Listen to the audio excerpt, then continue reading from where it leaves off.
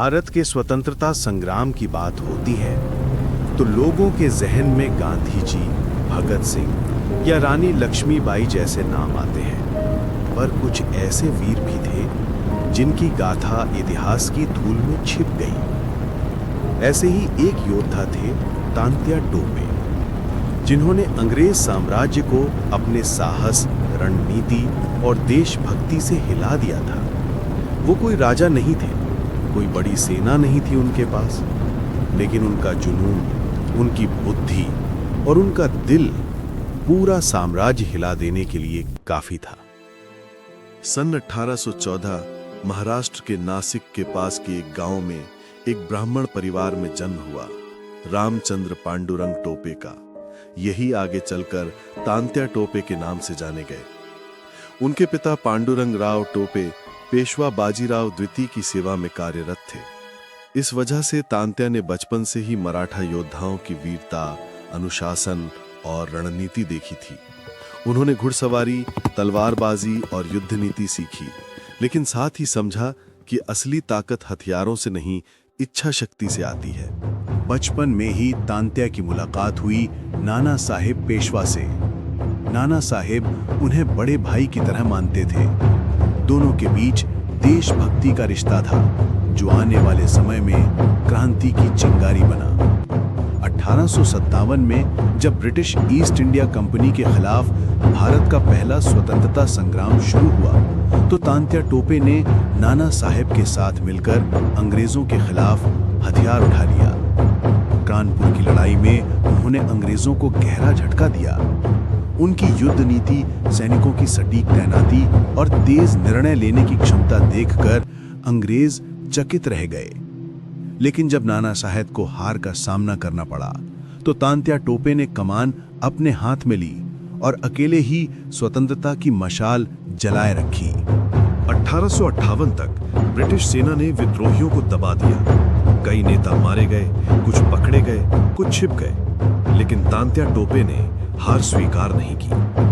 उन्होंने महसूस किया, अगर खुले मैदान में युद्ध हार गया है तो अब लड़ाई रणनीति और बुद्धि से लड़ी जाएगी। उन्होंने अपने सैनिकों के साथ जंगलों, पहाड़ियों और गांवों का सहारा लिया। वो अब छापामार युद्ध यानी गुरिल्ला वॉरफेयर चलाने लगे, जहां वो अचानक हमला करते, अंग्रेजों को नुकसान पहुंचाते और गायब हो जाते। अंग्रेजों ने लाख कोशिशें की, लेकिन तांत्या टोपे की चालाकी और तेजी के आगे वो बेबस हो गए।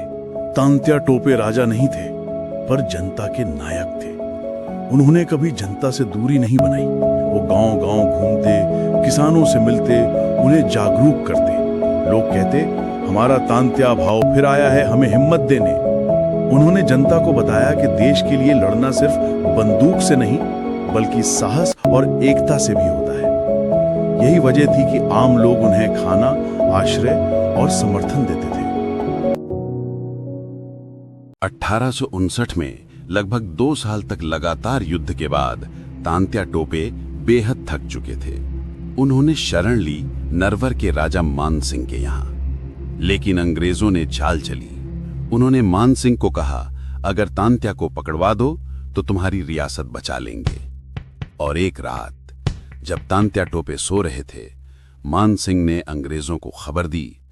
अंग्रेजों ने उन्हें चारों ओर से घेर लिया और आखिरकार तांत्या टोपे पकड़े गए।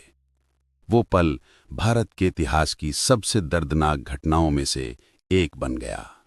अंग्रेजों ने उन्हें शिवपुरी में सैन्य अदालत में पेश किया। जज ने पूछा, क्या तुमने ब्रिटिश सरकार के खिलाफ बगावत की है? तांत्या ने बिना झिझक कहा, मैंने अपने देश की आजादी के लिए युद्ध किया। अगर यह अपराध है तो मैं इसे बार बार करूंगा। 18 अप्रैल 1859 को उन्हें फांसी दे दी गई। उन्होंने ना तो माफी मांगी, ना पछतावा दिखाया, बस आखिरी सांस तक गर्व से सिर ऊंचा रखा। अंग्रेजों ने सोचा तांत्या टोपे मर गए, लेकिन सच्चाई ये है कि ऐसे लोग मरते नहीं, इतिहास बन जाते हैं। आज भी मध्य प्रदेश के जंगलों में लोग तांत्या टोपे को आजादी का देवता कहते हैं। स्कूलों में बच्चे उनका नाम श्रद्धा से लेते हैं। उनकी कहानी हमें सिखाती है कि परिस्थितियां कैसी भी हों, अगर आपके अंदर साहस और सच्चाई है तो कोई ताकत आपको झुका नहीं सकती। तांत्या टोपे सिर्फ एक सैनिक नहीं थे, वो आत्मविश्वास, रणनीति और देशभक्ति की मिसाल थे।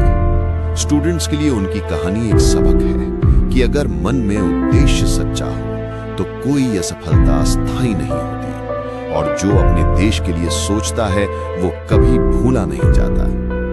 तांत्या टोपे वो नाम जो मिटा नहीं बल्कि हर भारतीय दिल में अब भी जिंदा है।